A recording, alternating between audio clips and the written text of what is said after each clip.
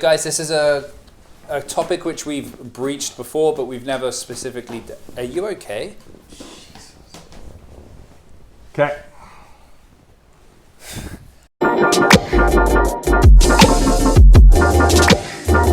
What's up, guys, and welcome to this week's McInnes Marketing Minute. Hello. We are here and we are talking about inventory today.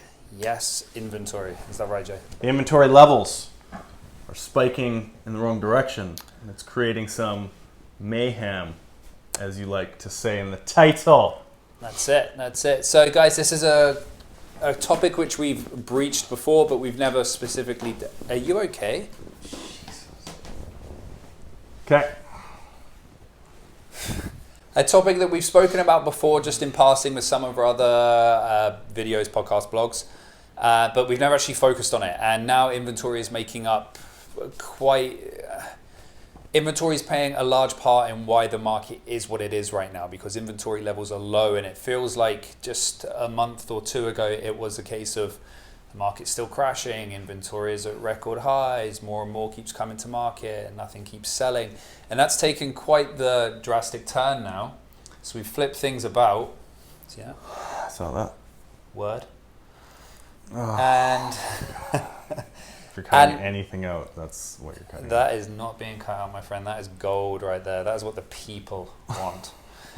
But yeah, that's actually causing quite an effect on our market right now because of the age-old adage, supply and demand, of course. Go like this. You get it? That was very unnecessary. So, yes, the inventory levels, as you briefly mentioned, even thinking back to when we first started talking about the activity is just starting to pick up again, not drop down another month. July, August, and then September, October. So we've had like 3 months, going on 4 months now. And like you're saying, back then it was there's plenty of inventory, there's plenty to choose from, there's no pressure.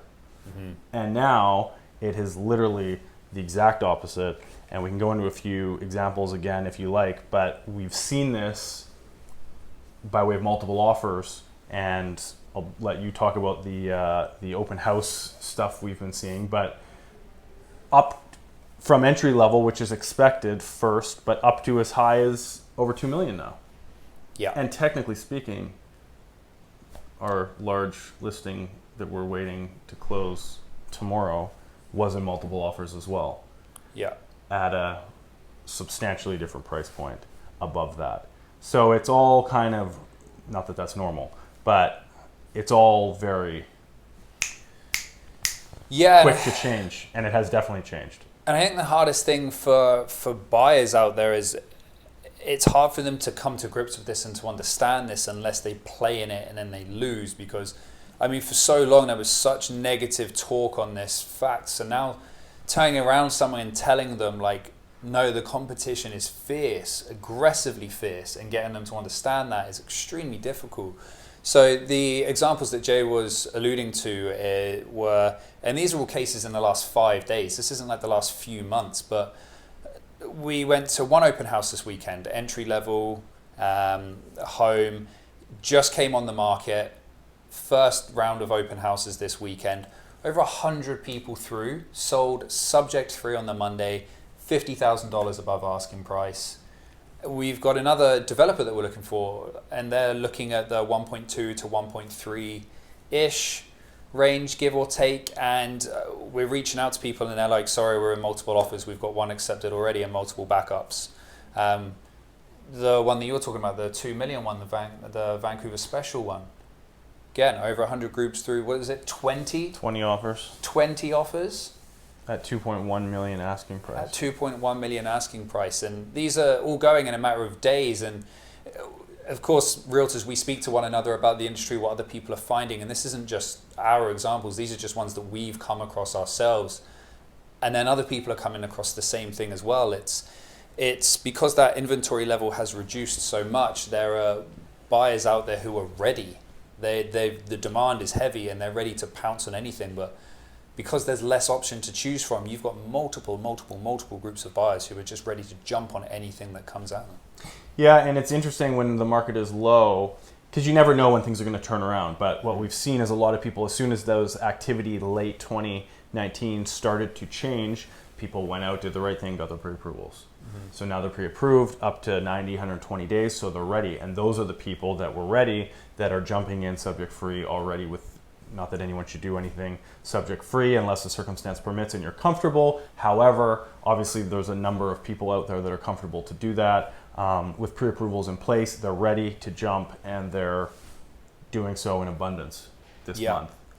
Yeah, and I mean, we've got some figures, some sexy figures, as I like to call them, not necessarily you, but I'm going to say we. Some sexy figures that kind of show the difference in where the market was tail end of last year for December 2019 versus tail end of December 2018. So these are new listings versus sales. So for Eastside Condos, December 2018, new listings, there were 17 new listings to market, 71 sales. We look at that same, but in December 2019, there were 96 new listings, 133 new sales. Sales. Eastside Houses, December 2018, 61 new listings, 42 sales. Look at it again for 2019, 64 new listings, but 74 sales. And then on the Westside Condos, 188 new listings to 157 sales. December 2019, that was 238 new listings to 297 new sales. And then Westside Houses, 71 new listings to 33 sales in 2018. And 2019 was 66 new listings to 59. So almost sales. double. So almost double, and it just shows that the demand is completely eating up any of the new supply. Yeah, the absorption has just drastically changed since a year ago, and it has changed very quickly as well. Yeah. And it's just on all fronts, from the entry level, as you were saying, to 2.1 house-wise, again, to the listing that we've got that we're waiting for subject removal now, that was listed just under $6 million. It got an accepted offer in multiple offers. Now, to make another important note, I think there are definitely things that we've seen selling over asking. Yeah. For sure. But not every multiple offer that we're seeing is selling over asking, which is interesting. So there's still, for lack of better words, I think a reality to the market, and people aren't just throwing paper at properties like we were seeing in the last market, where the numbers that were achieved were just benchmark, and kind of unrelated to anything comparably, and just a reflection of so many offers. These ones that we're seeing with the extreme 13, 20 offers, these are selling over asking.